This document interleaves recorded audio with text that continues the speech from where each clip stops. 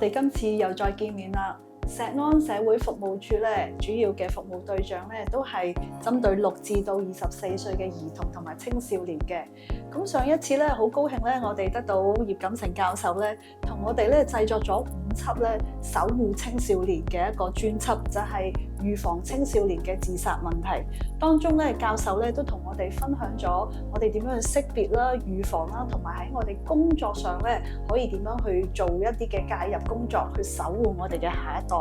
咁今次咧，我哋好高興咧，再次邀請葉錦成教授咧，同我哋咧去分享咧一個好特別嘅課題，就係有關一個特殊學習學童需要嘅一個嘅議題。因為現在咧，我哋喺中心裏邊咧都舉行咗有一個為呢個特殊學童需要嘅一啲嘅服務，咁係針對翻一啲照顧者支援翻佢哋。咁好多家長啦，或者老師啦，佢哋都遇到一個難題咧，就係話發現啲小朋友咧有一啲好活躍啊，或者有好多控制唔到嘅一啲嘅行為嘅問題。咁所以今日咧好難得咧，我哋咧就係針對翻呢個嘅議題咧，去分享翻咧其中有一個咧，大家都好常講嘅，就係叫做多動症啊。英文我哋成日講話 ADHD 喎。係葉教授啊，即係我哋好多時咧都聽到家長啊或者老師咧，佢哋都投訴一樣嘢，啲學生咧好唔專心啊，成日坐唔定啊，喐嚟喐去。佢哋係咪有一啲叫活躍症啊，或者多動症咧？其實係咯，呢啲學生嘅行為問題有幾多係真，有幾多係假嘅咧？有時會唔會有啲誤判嘅情況咧？一講到誤判咧，其實就 ADHD 咧，其實係一個幾有趣，但係咧就經常有爭議嘅診斷啦嚇。咁如果係你去睇翻 SEN 咧，我哋叫有特殊教育需要嘅小朋友啦，其實中間好多爭議性嘅嘢嘅，咁我哋喺下一輯會詳細講啦。但係 ADHD 裏面嘅爭議性係最高嘅。咁啊，爭議性裏邊咧就牽涉到好多樣嘢啦，例如有冇 ADHD 嗰樣嘢咧，都有人爭議嘅嚇。ADHD 嘅診斷正唔正確啦？又或者 ADHD 裏邊食嗰啲藥咧係好處多啊，定壞處多咯嚇？咁同埋 ADHD 裏邊有一班係被判為多動症嘅人咧。呢個係成個世界性嘅潮流或者個 trend 嚟嘅。就我哋發覺當中有好多資優生。咁究竟資優生誤判為 ADHD 之後，其實成個現象係代表緊啲乜嘢咧？又或者 ADHD 除咗係生化解釋之外，有冇其他社會心理嘅原因咧？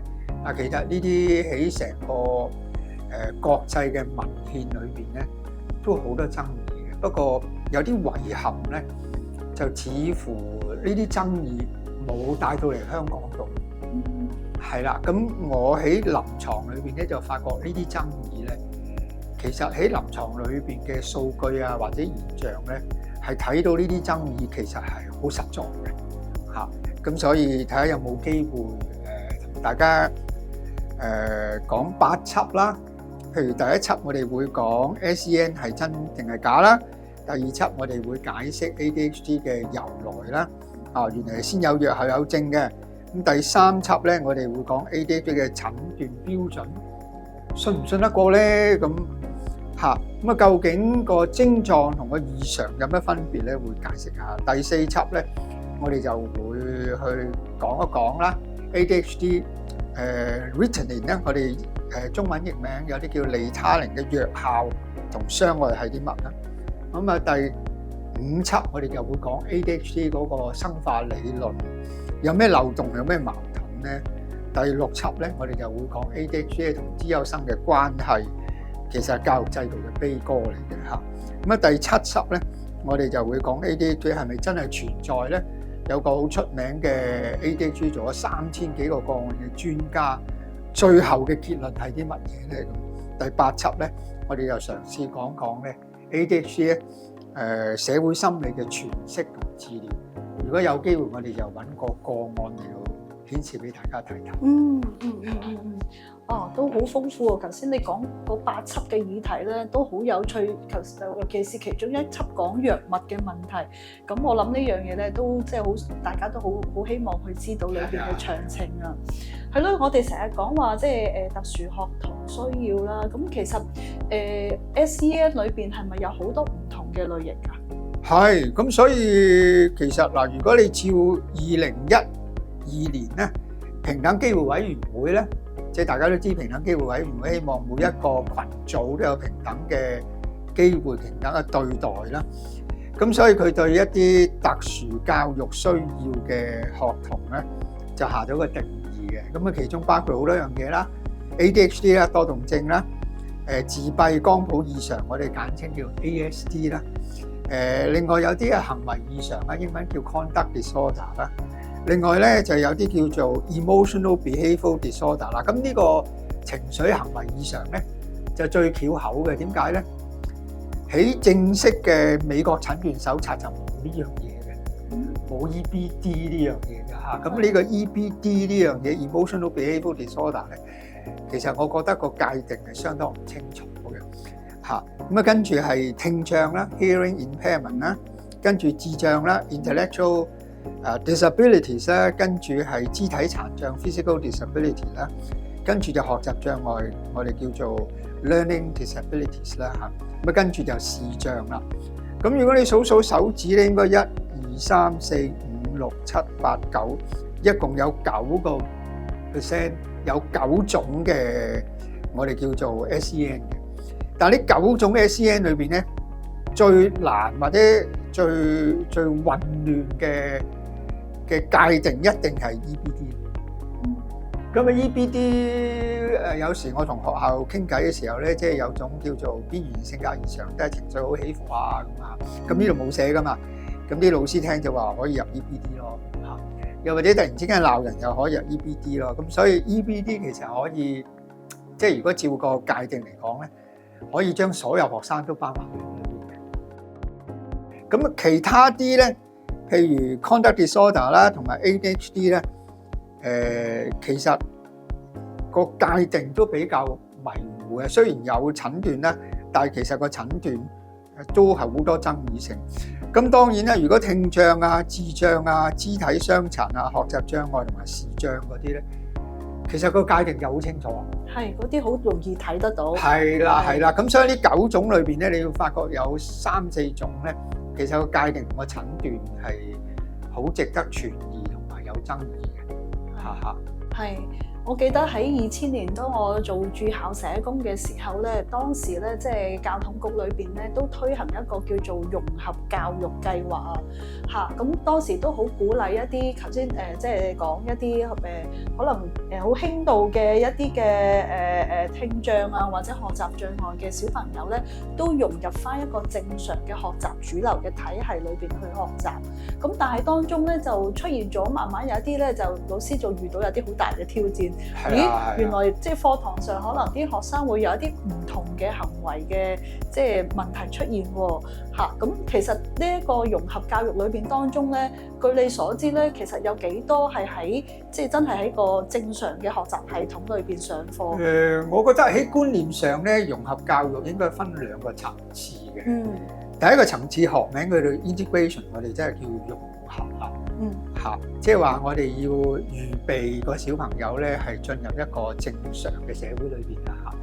咁你要預備佢啦，咁通常就即係好多技巧嘅訓練啊，又或者呢啲技巧訓練通常包括係專注力啊，或者社交能力啊。但係我覺得更加重要咧，英文係叫 inclusion。inclusion 嘅意思咧就即係話咧，你融合唔係訓練個學生入個社會，係應該呢個社會裏邊係接納或者包容或者甚至吸納或者甚至擁抱呢啲學生。嚇，咁我估而家學校裏邊咧，做預備個學生係啲技巧或者就佢嗰個學術水平，因就嗰個學習嘅方法啊，或者學習嘅水平嘅調教咧，係都有做嘢嘅。做得好唔好就好難去界定啦。係，但係要預備其他學生接納呢啲學生嗰方面咧，就做得好唔足夠。我記得有一次同 VDC 做嗰個講座，咁其中有個家長講咗個例子，我覺得好好啦。點解咧？因為佢個仔係自閉光譜異常嘅，咁就好想喺校隊打籃球。咁但係咧就佢都打籃球都幾叻嘅，咁但係去到校隊嘅時候咧，即係嗰個校隊嘅教練咧就好包容啦，即係叫佢嚟一次啦嚇。咁但係真係好凄涼啊，因為佢2個鐘頭訓練裏邊咧，連個籃球都未摸過，嚇咁好沮喪咁走啦。後尾個教練咧呢啲就叫 inclusion 啊，即係真正嘅環境融合啦，就吩咐嗰啲隊員嚟嗱。大家記住我哋要接納呢個新隊員。咁每人規定咧，打波嘅時候咧，要交2次波俾呢個新隊員，要訓練佢成為你哋嘅精英咁啊。咁於是籃球隊裏邊有10個人啦，咁即係話佢喺嗰2個鐘頭嘅練波裏邊咧，一共切咗20次波。係啦，咁所以我覺得個融合裏邊咧，學校環境個預備都好緊要。又或者其他家長接唔接納就好緊要。咁最近我都遇過另一個個案，就係小學裏邊發現其中一個學生咧係有吸毒嘅家長。咁有吸毒嘅家長咧，就後尾就唔知個老師可能係喺保密裏邊做得唔足夠啦。咁就接個電話嘅時候，可能係政府部門打俾佢咧，就話俾佢聽咧，呢個仔係驗出嚟身體有毒，然之後咪染頭髮啦。咁其他家長聽到之後就好擔心啊！咪就喺群組裏邊講好多嘢啊，又話叫個學校點解唔開除呢個細路啊？俾學校好多壓力啊！咁所以喺呢方面，我覺得而家有個問題就係話，我哋冇預備學校係咪一個環境去接收佢咯？